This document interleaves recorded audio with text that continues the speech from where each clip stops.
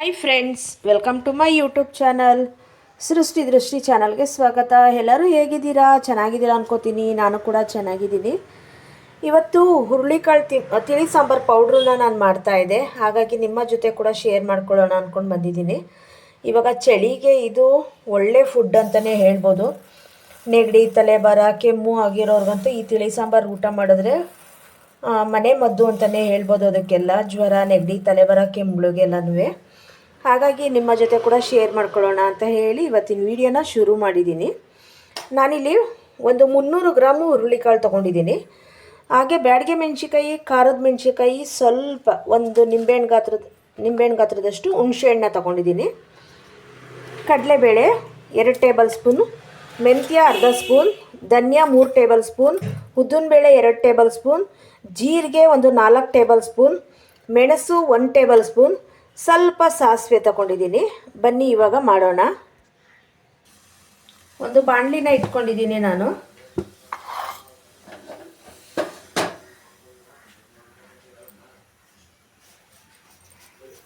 ಹುರುಳಿಕಾಳನ್ನ ಸೋಸಿ ನಾನು ಕ್ಲೀನ್ ಮಾಡಿ ಇಟ್ಕೊಂಡಿದ್ದೀನಿ.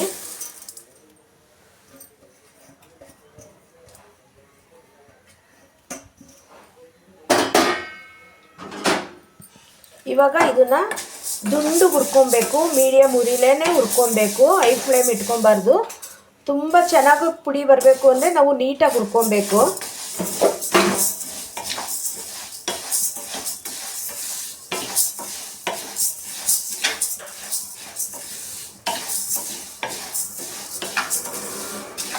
ಈ ತಿಳಿ ಸಾಂಬಾರು ಮಾಡೋದು ವೆಯ್ಟ್ ಲಾಸ್ ಮಾಡೋರ್ಗೂ ಕೂಡ ತುಂಬಾ ಒಳ್ಳೆಯದು. ಹುರುಳಿಕಾಳು ಆಗಿನ ಕಾಲದಲ್ಲಿ ತುಂಬ ಬಳಸ್ತಾ ಇದ್ರು, ಇವಾಗಿನ ಜನ್ರೇಷನಲ್ಲಿ ತುಂಬ ಕಮ್ಮಿ ಬಳಸ್ತಾ ಇರೋದು. ಈ ರೀತಿ ಮಾಡಿ ನೋಡಿ, ನಿಮಗೂ ಕೂಡ ಇಷ್ಟ ಆಗುತ್ತೆ. ನೀವು ಕೂಡ ಹುರುಳಿಕಾಳನ್ನ ಬಳಸ್ತೀರಾ ಅಂತಲೇ ಹೇಳ್ತೀನಿ ನಾನು. ಬರೀ ಉಪ್ಸಾರು, ರಾಗಿ ಮುದ್ದೆ, ಬಸ್ಸಾರು, ರಾಗಿ ಮುದ್ದೆಗೆ ಅಷ್ಟೇ ಅಲ್ದಲೇ ಈ ರೀತಿ ಕೂಡ ನಾವು ತಿಳಿ ಸಾಂಬಾರನ್ನ ಮಾಡ್ಕೊಬೋದು.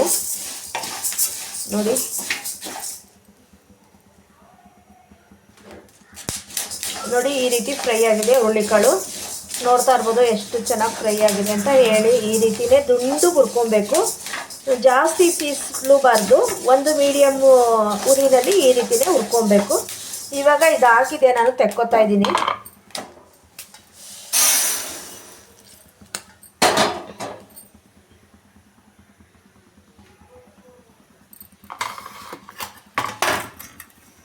ಧನಿಯಾನ ಫ್ರೈ ಮಾಡ್ಕೊತಾ ಇದ್ದೀನಿ.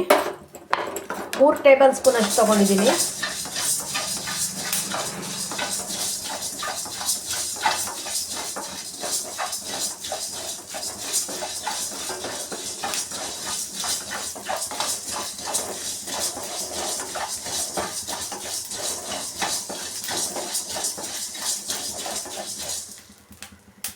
ಇದು ಕೂಡ ಆಗಿದೆ, ಇವಾಗ ತೆಕ್ಕೋತಾ ಇದ್ದೀನಿ.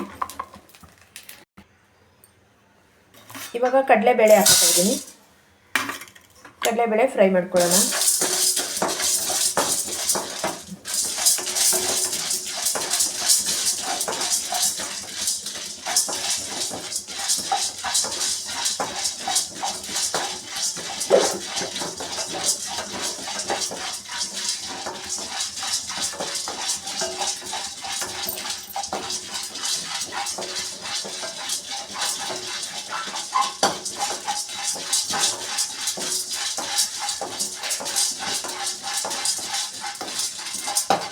ಕಡಲೆಬೇಳೆ ಅರ್ಧಂಬರ್ಧ ಫ್ರೈ ಆದಮೇಲೆ ಉದ್ದಿನಬೇಳೆ ಹಾಕೋತಾ ಇದ್ದೀನಿ.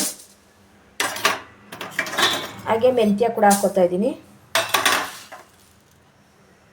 ಒಂದು ಅರ್ಧ ಸ್ಪೂನಷ್ಟು ಸಾಸಿವೆ ಹಾಕೋತಾ ಇದ್ದೀನಿ.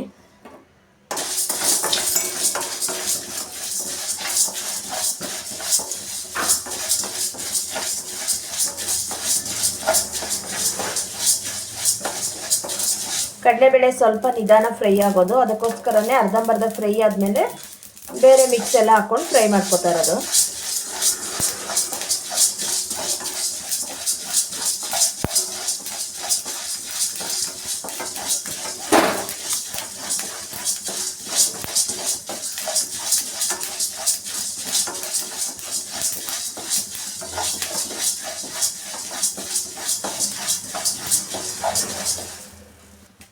ಇವಾಗ ಇದು ಕೂಡ ಆಗಿದೆ, ಇದು ಕೂಡ ತೆಕ್ಕೋತೀನಿ. ಮೆಣಸು ಹಾಕೋತಾ ಇದ್ದೀನಿ, ಹಾಗೆ ಜೀರಿಗೆ ಕೂಡ ಹಾಕೋತಾ ಇದ್ದೀನಿ.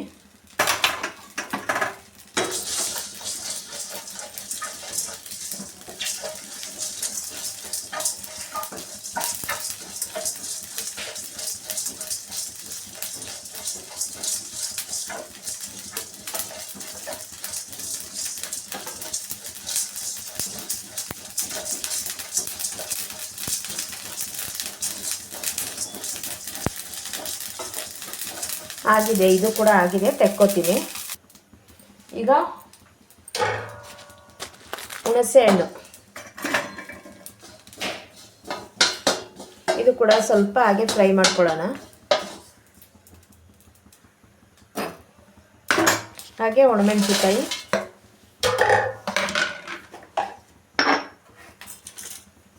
ಇದು ಫ್ರೈ ಮಾಡಬೇಕಾದ್ರೆ ಒಂದು 4 ಕಾಳು ಉಪ್ಪನ್ನ ಹಾಕ್ಕೊಳ್ಳಿ, ಘಾಟ್ ಬರೋದಿಲ್ಲ. ಮೆಣಸಿನಕಾಯಿ ಘಾಟ್ ಬರೋದಿಲ್ಲ.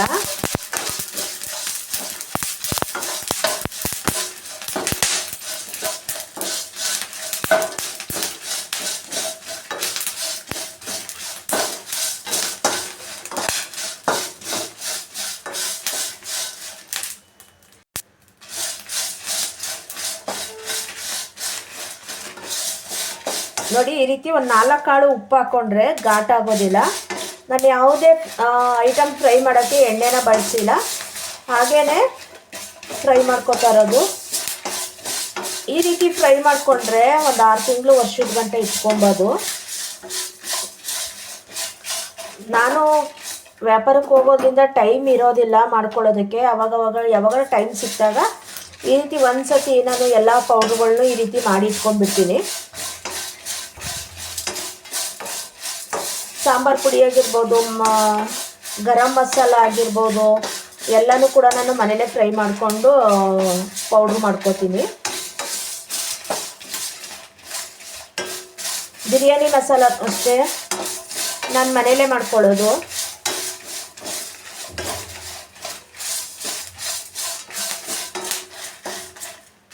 ಆಗಿದೆ, ಇದನ್ನು ತೆಕ್ಕೋತಾ ಇದ್ದೀನಿ. ನೋಡಿ, ಸ್ವಲ್ಪ ಇದು ಆರಬೇಕು. ಇವಾಗ ಇದಿಷ್ಟು ಎಲ್ಲ ಐಟಮು ಕೂಡ ನಾವು ಫ್ರೈ ಮಾಡ್ಕೊಂಡಾಗಿದೆ. ನೀವು ಹಿಂಗು ಕೂಡ ಹಾಕ್ಕೊಬೋದು. ನಾನು ಹಿಂಗೆ ಬಳಸಿಲ್ಲ ಇಲ್ಲಿ. ನೀವು ಸಾಂಬಾರೆಲ್ಲ ಮಾಡುವಾಗ ಹಿಂಗನ್ನ ಹಾಕ್ಕೊಬೋದು, ಇಲ್ಲಾಂದರೆ ಇದೇ ಪೌಡ್ರ್ ಮಾಡಬೇಕಾದ್ರೆ ನೀವು ಹಿಂಗೆ ಹಾಕ್ಕೊಬೋದು. ಇದು ಸುಮಾರು 1 ವರ್ಷ ಆಗುತ್ತೆ ನಮಗೆ ಪೌಡ್ರು. ಒಂದು ಸತಿ ನಾವು ಮಾಡಿ ಇಟ್ಕೊಂಡ್ಬಿಟ್ರೆ 1 ವರ್ಷ ಇಟ್ಕೊಂಡು ಪೌಡ್ರನ್ನ ಉಪಯೋಗಿಸ್ಬೋದು. ಯಾವುದೇ 1 ವರ್ಷ ಇಟ್ಟರೂ ಕೂಡ ಟೇಸ್ಟ್ ಅಂತೂ ಚೇಂಜ್ ಆಗೋದಿಲ್ಲ, ಒಂದೇ ಇರುತ್ತೆ. ತುಂಬ ದಿನ ಆದಮೇಲೆ ಚೇಂಜ್ ಆಗುತ್ತೆ ಅಂತಾರೆ, ಇಲ್ಲ, ಈ ಪೌಡ್ರು ಮಾತ್ರ ಯಾವತ್ತೂ ಚೇಂಜ್ ಆಗೋದಿಲ್ಲ. ಹುರುಳಿಕಾಳು ಒಳ್ಳೆ ಫುಡ್ಡು. ಈ ರೀತಿ ಒಂದು ಸತಿ ಮಾಡಿ ಉಪಯೋಗಿಸಿ. ಈಗ ಸ್ವಲ್ಪ ಆರಲಿ ಇದು. ನೋಡಿ, ಒಂದು ಜಾರ್ ತಗೊಂಡು ಇವಾಗೆಲ್ಲ ಪೌಡ್ರ್ ಮಾಡ್ಕೊಳ್ಳೋದಕ್ಕೆ ಹಾಕೋತಾ ಇದ್ದೀನಿ ನಾನು.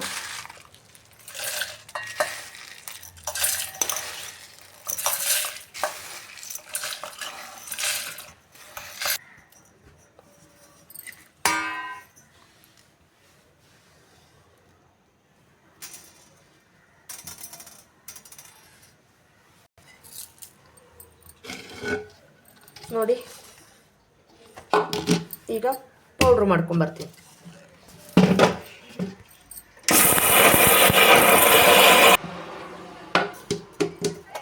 ನೋಡಿ, ಈ ರೀತಿ ಪೌಡ್ರ್ ಆಗಿದೆ.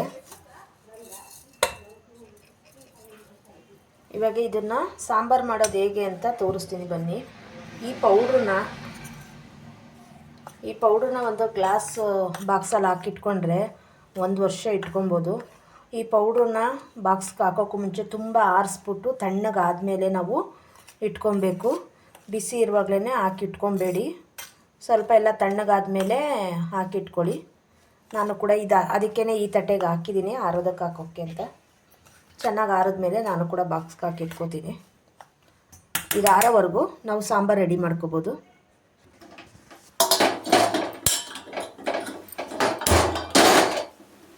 ಅದೇ ಬಾಣಲಿನೇ ಇಟ್ಕೊಂಡಿದ್ದೀನಿ ನಾನು ಸಾಂಬಾರು ಮಾಡೋದಕ್ಕೆ ಅಂತ ಹೇಳಿ. ಇಲ್ಲಿ 1 ಟೇಬಲ್ ಸ್ಪೂನ್ ಅಷ್ಟು, 1 ರಿಂದ 2 ಟೇಬಲ್ ಸ್ಪೂನ್ ಆಯಿಲ್ ಹಾಕೋತಾ ಇದ್ದೀನಿ. ತುಪ್ಪ ಎಣ್ಣೆ ಯಾವ್ದು ಬೇಕಾದರೂ ಹಾಕೊಬೋದು.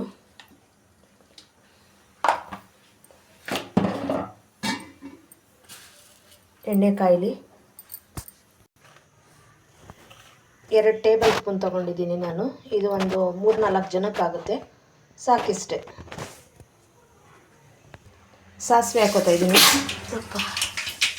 ಸಾಸಿವೆ ಚಿಟಪಟ ಅಂತ ಸಿಡಿತಾ ಇದೆ. ಒಂದು 4 ಕಾಳು ಜೀರಿಗೆ ಹಾಕೋತಾ ಇದ್ದೀನಿ. ಹಾಗೆ 1 ಗೆಡ್ಡೆ ಬೆಳ್ಳುಳ್ಳಿ ಹಾಕೋತಾ ಇದ್ದೀನಿ.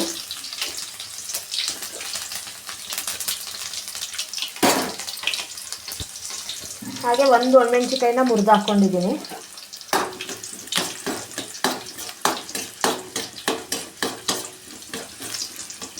ನೀವು ಪೌಡ್ರನ್ನ ಒಗ್ಗರಣೆ ಕೂಡ ಮಾಡಿ ಇಟ್ಕೊಬೋದು. ನಾನು ಒಗ್ಗರಣೆ ಮಾಡೋದಿಲ್ಲ. ಕರ್ಬೇವಿನ ಸೊಪ್ಪು ಹಾಕ್ಕೊಂಡೆ.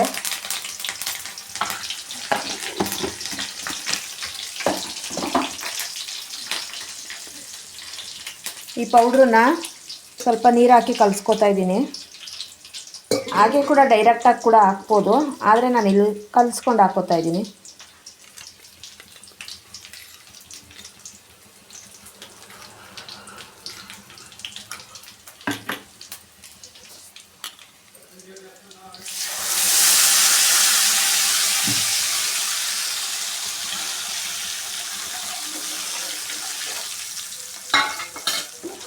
ನೀರು ನೋಡ್ಕೊಂಡು ಹಾಕ್ಕೊಳ್ಳಿ, ಎಷ್ಟು ಬೇಕಷ್ಟು ಸಾಂಬಾರಿಗೆ.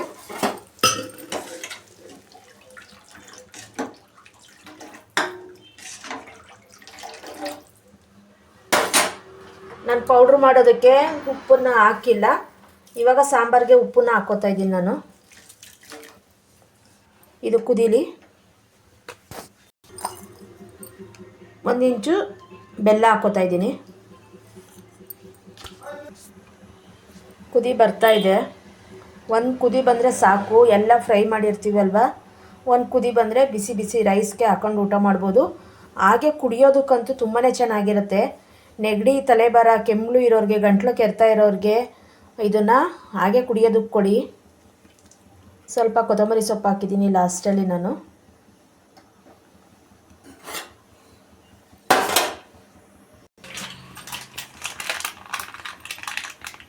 ಹಾಕೋತಾ ಇದ್ದೀನಿ.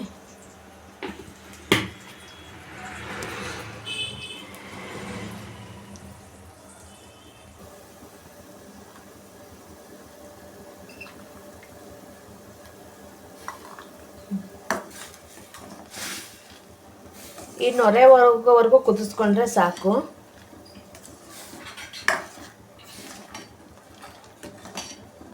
ಪೌಡ್ರ್ ಒಂದಿದ್ರೆ ನಾವು 2 ನಿಮಿಷಕ್ಕೆ ಸಾಂಬಾರನ್ನ ರೆಡಿ ಮಾಡ್ಕೊಬೋದು.